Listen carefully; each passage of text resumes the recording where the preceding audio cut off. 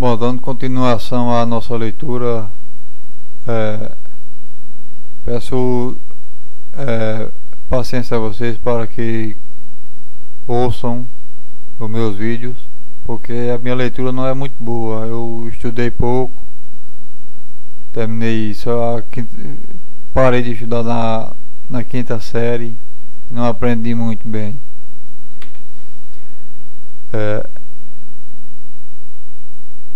Saiba entrar e saiba sair em todos os lugares, sem causar problema a ninguém. O respeito e a educação são virtudes de um verdadeiro cidadão. Não é agradável para Deus alguém mentir, pois o mentiroso corre risco em relação ao céu.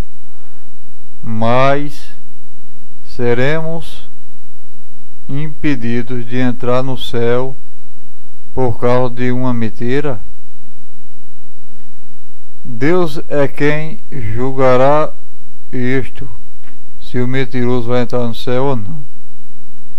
Está escrito em Apocalipse que o mentiroso não entrará no céu, mas muitas das vezes uma mentira nos defende de um mal muito grande.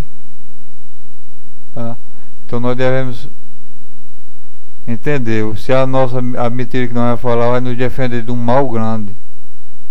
Se for mentira por uma simples coisa, não, mas para nos defender de um mal grande, ou defender alguém de um mal grande,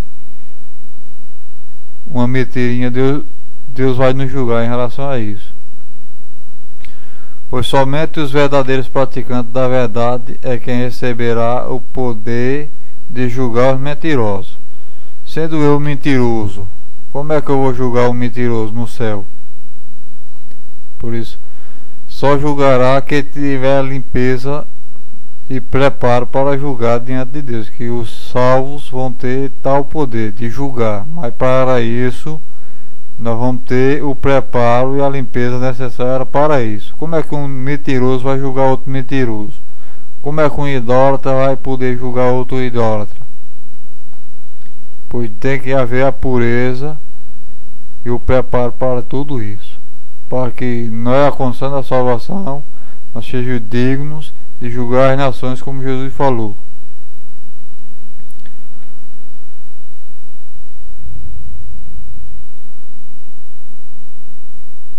O caminho de Deus é perfeito e justo. Caminhemos para Deus, sem mentira e sem engano. Fuja da mentira.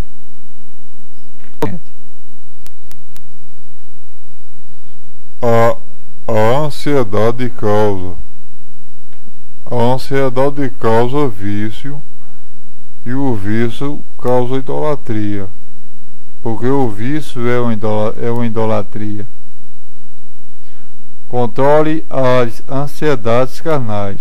Não tenha ganância, mas seja preparado para ter bens materiais e para não ter os bens materiais.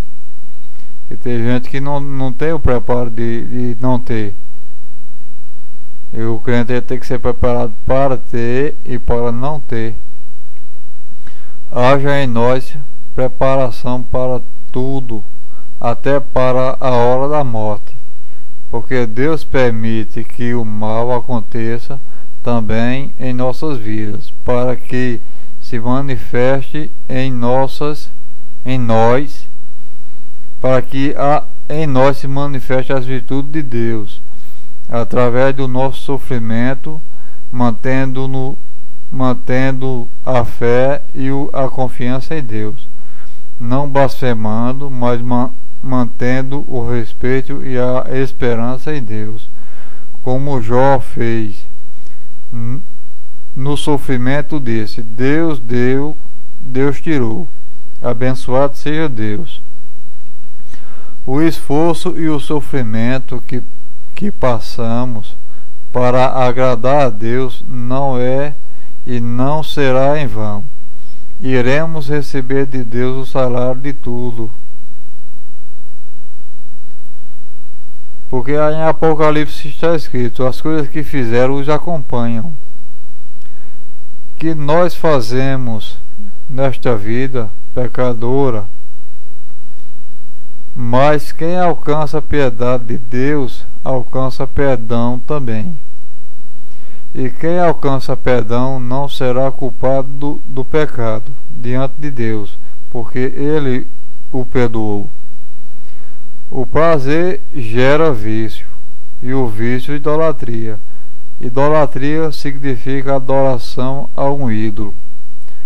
O costume na pessoa é obra de espírito. Os humanos têm o poder de reunir vários espíritos em um só, o seu.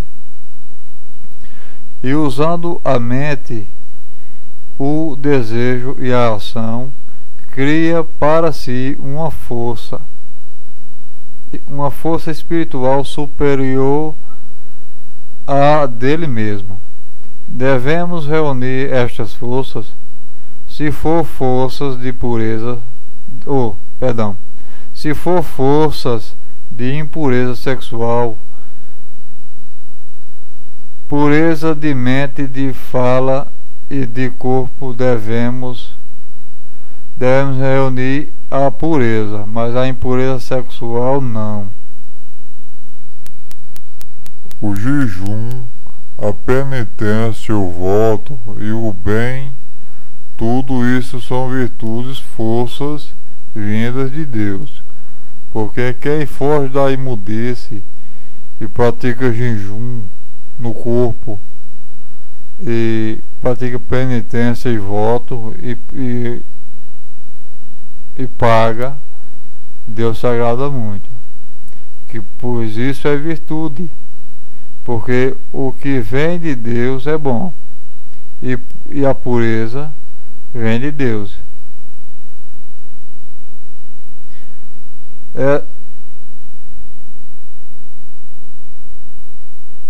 A pureza e a perfeição é do santo e verdadeiro, é da luz, é qualidade da verdade. A sabedoria de Deus é loucura para o malfeitor, e o desobediente não entende a sabedoria de Deus. E a sabedoria mundana é loucura para Deus, porque a verdadeira sabedoria está com Deus, e é Deus naqueles que a têm. Jejuar não é passar fome, é controlar a si mesmo e mostrar a Deus que não é escravo das paixões ou dos costumes. Devemos ser temente a Deus, o nosso Pai eterno, mas não devemos temer as coisas desta vida, porque se temermos as coisas desta vida, não iremos se entrar na fé, ou seja, se temermos as coisas dessa vida, não esperaremos na fé em Deus. Não temeis os homens que matam a carne, mas temei a Deus, que pode matar tanto a carne como também pode mandar a alma para o inferno, disse Jesus. Nos diz Jesus. Então, devemos sermos fortes em todos os sentidos, buscando sempre a sabedoria de Deus. Paulo escreveu: se Jesus não fosse proveitoso, em vão seria o meu sofrimento. Abraão, Moisés, os profetas, Jesus, os apóstolos, os mártires, os judeus, os evangélicos, não conservam a sua crença em vão, porque a natureza de Deus é justa e perfeita, e ela nasce, cresce e vive para sempre, não morre. Mas a natureza terrena é imperfeita, cresce na imaturidade e morre.